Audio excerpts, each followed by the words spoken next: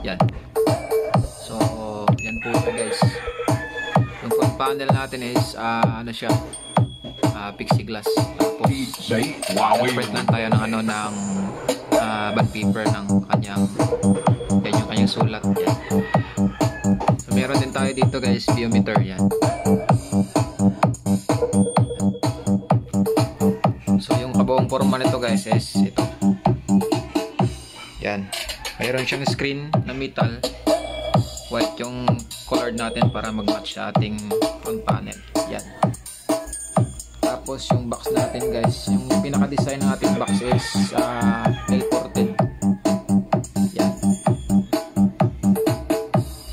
Then meron din tayong corner guard para mas matibay yung ating box.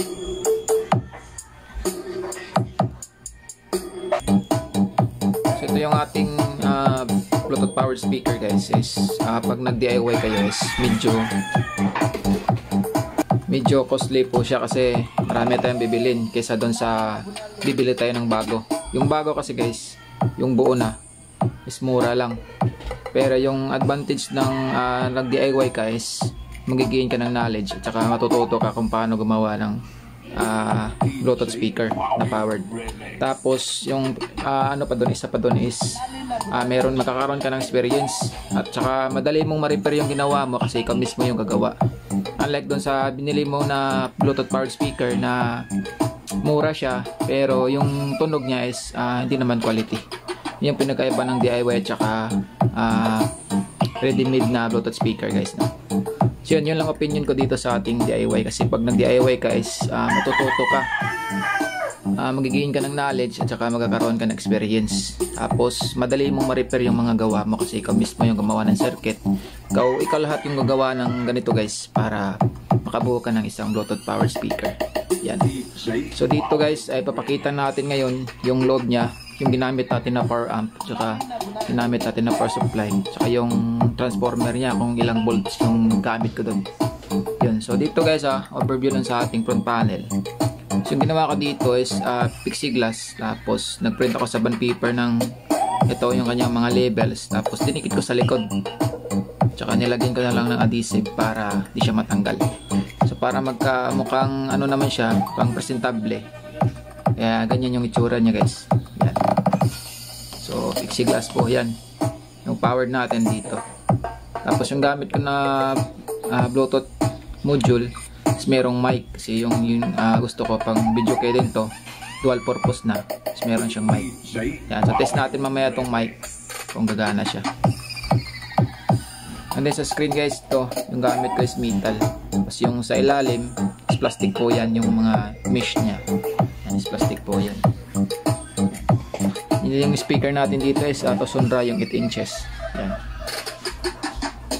Yan yung kanyang kabuuan guys. So goods na rin, medyo ano na siya, presentable tingnan sa mga DIY natin na gawa. Yan. So mas mahilig sa mga mahilig mong DIY dyan is comment kung goods na ba to sa inyo yung itsurang to.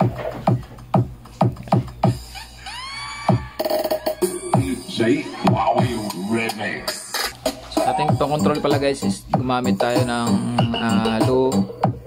low, mid, high. Yan. So papakita ko rin yung gamit ko na itong control dito is DIY din yun. Yan. So meron tayo ditong main volume nya. So let's go, tatanggalin natin, baklasin natin mo itong screen nya at saka yung front panel para makita natin yung load nya guys.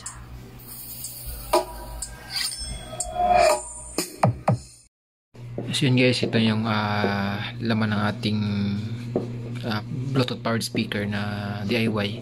So tinanggalan natin yung screen para masilip natin yung kanyang loob. So sa front panel guys is ito. Tapos unahin natin yung front panel niya, ito. DIY lang to.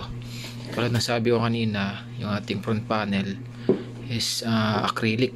Yan. Tapos yung ano niya, yung mga sulat niya is bond paper lang po yan. Printed ko tapos nilagay ko sa likod. Yun. So ito yung ating front panel. So tingnan natin. So dito guys, wala masyadong ano dito. Yan. Yung wire lang. Yan. So yung ating potentiometer, 4. Yung Bluetooth, tsaka yung ating biometer. Yan. So DIY. Yung ating tone control is nandun. Yan. So yan lang yung laman dito guys. Dito naman din sa ating yung pinaka-main board natin is nandito sa loob. Para wala kasing pan to guys kaya yung board natin na supply at saka yung ating amplifier is dito ko siya nilagay para pag tumugtog na to tapos meron siyang mag-create kasi ito ng hangin kaya yun yung magiging ano natin, fan. Yan. So bubuksan natin to, then check natin yung loob nya. So itong speaker natin guys, tatanggalin lang natin. So natanggal ko na yung tornilyo nya. Yun. So ito lang, ito yung laman nya guys. Yan. So yung speaker pala natin na gamit is to Sonra. Yan. Yung model na gamit ko is 805, 8 ohms na 8 inches. Yan. 100 watts lang. Yan. So goods na to guys para dito sa ating Bluetooth power speaker na pangbahay lang. Yun. Sa Twitter naman is yung gamit ko is to Sonra din to. Yan.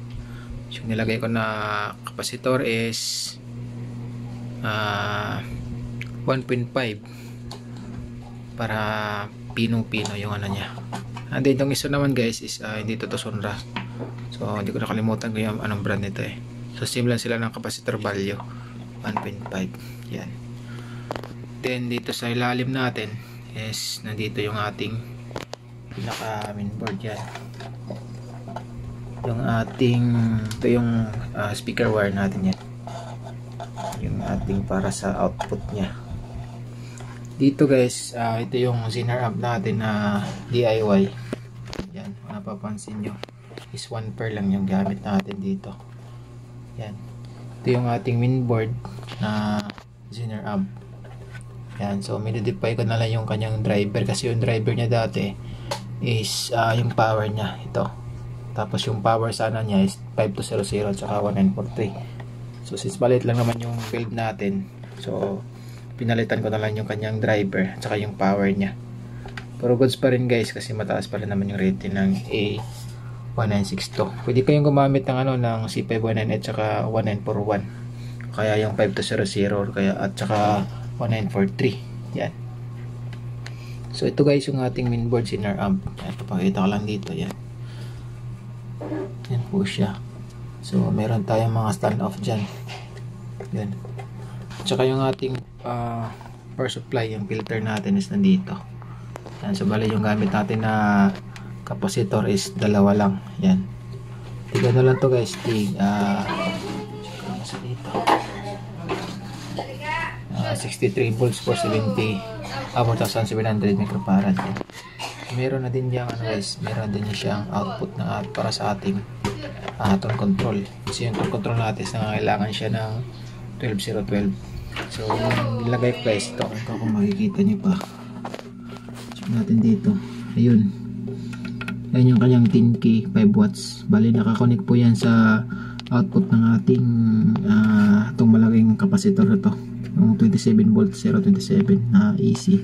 Pag nag DC na siya, yung kukuha yung ating tone control.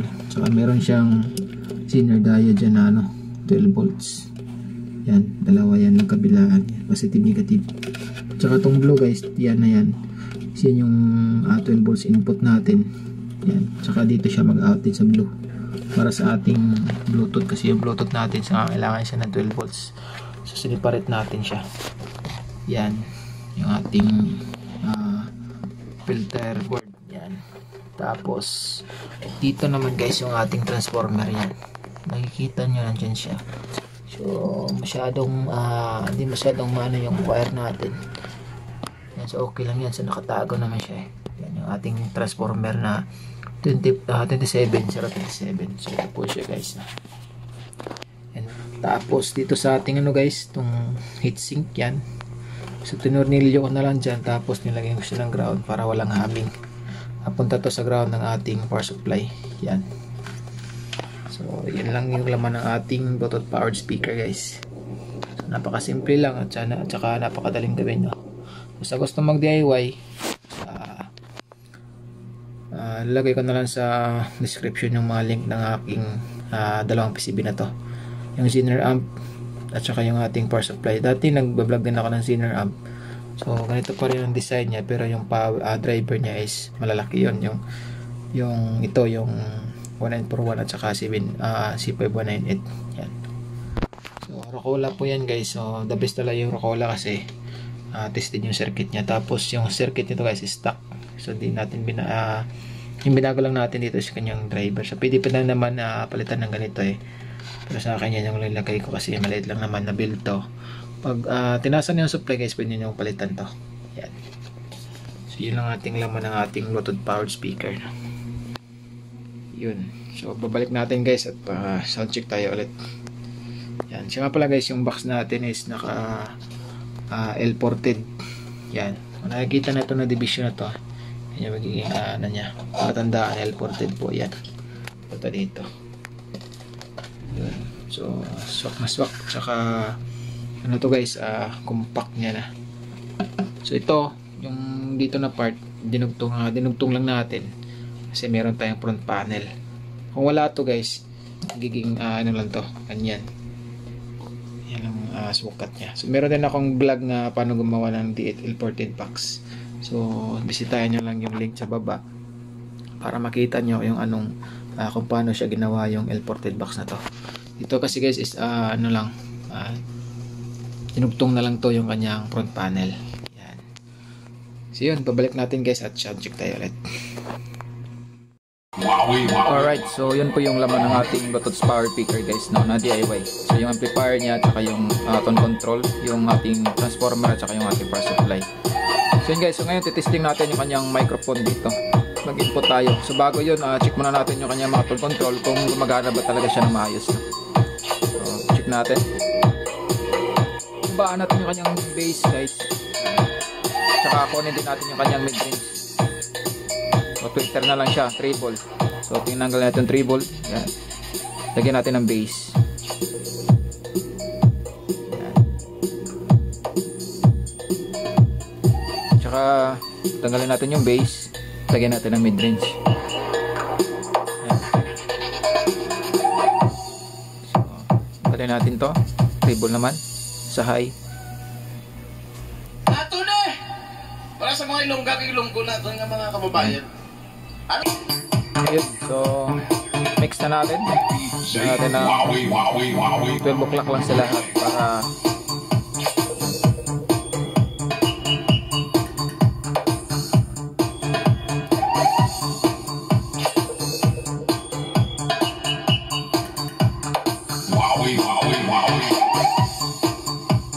yun. So ngayon check natin yung kanyang mic. So pwede tayong gumamit ng wireless, pwede din wired. Unahin natin yung wired muna. So ito guys yung mic natin na wired. So plug lang natin dyan. So nakatimpla na yung kanyang echo guys, no? So testing natin.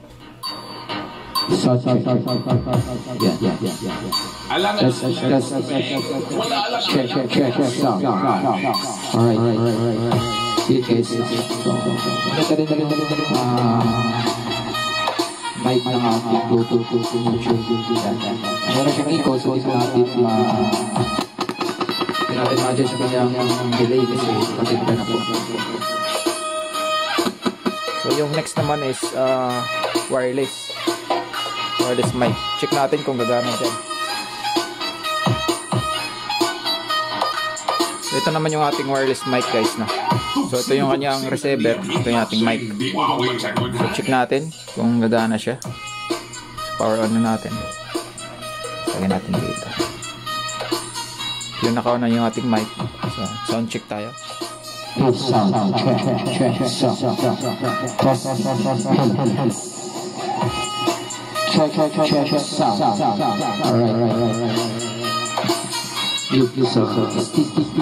gumagana ng wireless mic natin.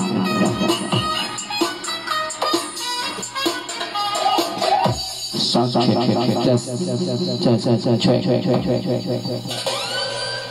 So adjust naman natin yung kanyang control dito.